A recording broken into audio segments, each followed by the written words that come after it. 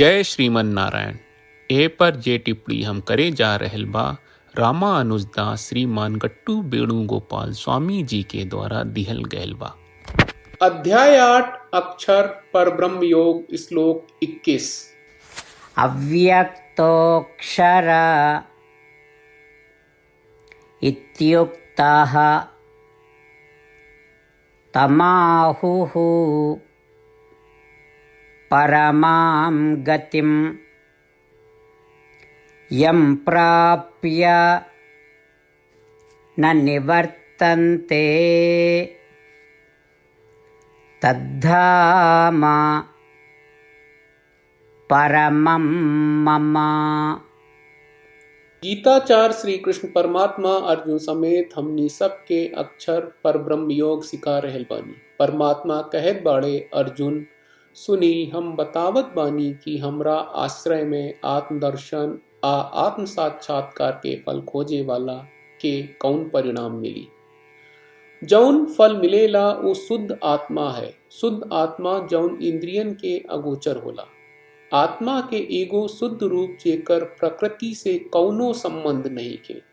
एगो शुद्ध आत्मा जे अविनाशी है, जेकरा के अक्षरा कहल जाला। अर्जुन सब वैदिक विद्वान कहले बा कि आत्मा के स्थान परम गंतव्य है, और काहे से कि आत्मा उन सब में सबसे श्रेष्ठ बा जे हमरा द्वारा नियंत्रित बा। एकरा सर्वोच्च स्थान कहल जाला। और जे लोग ई परम स्थान आत्मदर्शन आ आत्म साक्षात्कार के प्राप्त कहले बा, ऊ लोग दोबारा जन्म ना पाई, जन्म मरण के ई चक्र से ना गुजरी। यही तरह श्री कृष्ण परमात्मा दिव्य फल के महिमा के समझाव रहल बाड़े, जे उनका से आत्मदर्शन आ आत्म साक्षात्कार चाहत बाड़े। श्री कृष्ण परमात्मा के शिक्षा के ध्यान करत, बार बार याद करत कि आत्मा कितना महान बा। बार बार याद करी कि हम आत्मा हई, हम सबसे शुद्ध रूप हई, हम श्री कृष्ण परमात्मा द्वारा शासित सब में श्रेष्ठ हई, और हम प्राप्त करे खातिर सर्वोच्च स्थान है। और खाली श्री कृष्ण परमात्मा आ श्रीमन नारायण के शरण ले आई श्री कृष्ण परमात्मा के वचन के ठीक और सही दोहरावे की कोशिश करी जा जैसन बा। अव्यक्तोऽक्षर इत्युक्तः तमाहुः परमां गतिं यं प्राप्य न निवर्तन्ते तद्धाम परमं मम। श्रीमद् भगवत गीता का पूरा सार श्री कृष्ण परमात्मा ने अध्याय 18वें के श्लोक 65 से 70 में 8 काम करे खातिर दिले बाड़े। श्री कृष्ण कहले, हम ओ लोगन से प्रेम करनी जो लोग इन 8 बातन के मान तारे। हम ओ भक्तन के हर तरह से रक्षा करब। श्री कृष्ण परमात्मा के द्वारा बोलल गईल संपूर्ण भगवत गीता सुनला के बाद अर्जुन कहले, करिष्ये वचनम त्वा, जेके मतलब बा, कृष्ण मैं उही करब जौन आप कही। यही कारण बा श्री कृष्ण अर्जुन के हर तरह के सफलता आ विजय प्रदान करेले। आई परमात्मा के आपन व्रत देई कि हमनी के ये 8 गौ कर्म के पालन करी जा। ई वचन परमात्मा के देवे से बड़न कौनो पूजा तपस्या यज्ञ नहीं। हम 8 प्रण कहब जौन हमनी के करे के चाहिए। आप सब कृपया इन्हन के आपन दिमाग और दिल में सोची।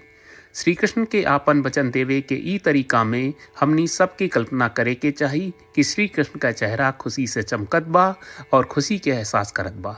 जय श्रीमन नारायण। यहाँ हमनी के 8 वादा बा। हमनी के पहला वादा, हे श्रीमन नारायण, आपका निर्देश के मुताबिक हम हमेशा तोहार ध्यान करब और तोहार बारे में सोचब। हमनी के दूसर वादा, हे श्रीमन नारायण, आपका सलाह का अनुसार हम हमेशा आपका भक्त रहब।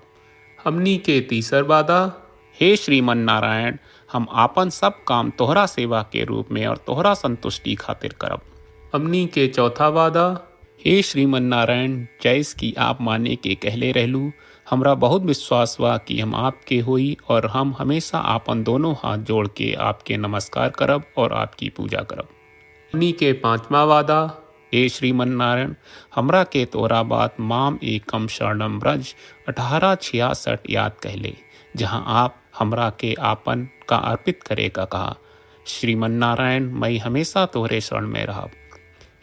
हमनी के छठवा वादा। हे श्रीमन नारायण, हमरा के तोहरा बात माँ सुचहा 1866 याद कहले कि आप हमनी के शोक ना करे का आश्वासन दे रहे बड़े, हम अब और शोक ना करब। हमनी के सातवां वादा। हे श्रीमन नारायण, आपने हमरा खातिर श्रीमद् भगवत गीता के वितरण करके हम सबके कृपा कहले और आशीर्वाद दहले बा। हम वादा करत बानी कि रोजाना कम से कम एक श्लोक पढ़ब या सुनब। हमनी के आठवां वादा। हे श्रीमन नारायण, आप गीता के पूरा मानवता तक ले गयलू। हम गीता में आपके दिव्य वचन के उन भक्तन तक पहुँचावे के प्रयास करब जे गीता से अपरिचित बा। हे श्रीमन नारायण, हम उई करब जौन तू करे का कहब। हम ऐसन व्यवहार करब जैसन आप चाहत बानी और हम खाली आपका खातिर काम करब।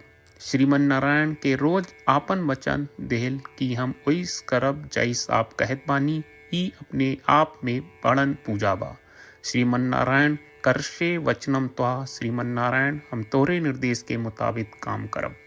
सर्वम श्री कृष्ण अर्पणम अस्तु। जय श्रीमन नारायण। अव्यक्तोऽक्षर इत्युक्तः तमाहुः परमां गतिं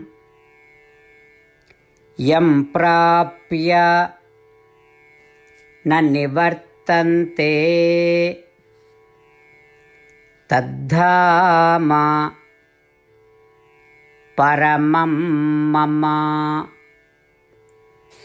अव्यक्तोऽक्षर इत्युक्तः तमाहुः परमां गतिं यं प्राप्य न निवर्तन्ते तद्धाम परमं मम।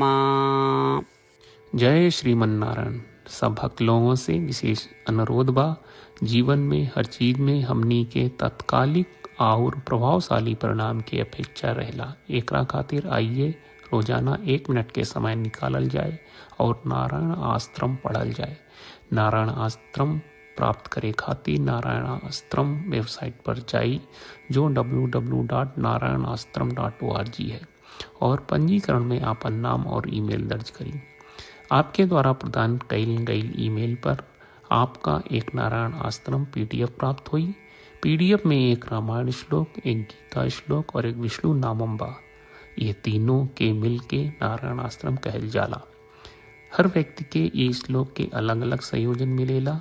जब हर कोई 24,000 भक्तन के साथ रोजाना आपन नारायण आश्रम पढ़त आ सुनत बा ता हर दिन संपूर्ण रामायण का 1 दौर, श्रीमद् भगवत गीता पारायण के 33 दौर और श्री विष्णु सहस्त्रनाम स्तोत्र पारायण के 24 दौर प्रतिदिन पूरा होएला। ई एक बहुत ही उल्लेखनीय और विलक्षण परिणाम बा जौन हर एक दिन ऐसकरे से निकलेला। ई कारण बा कि आप और आपके परिवार के सदस्य तुरते जाके आपन नारायण आश्रम प्राप्त करी। जय श्रीमन नारायण।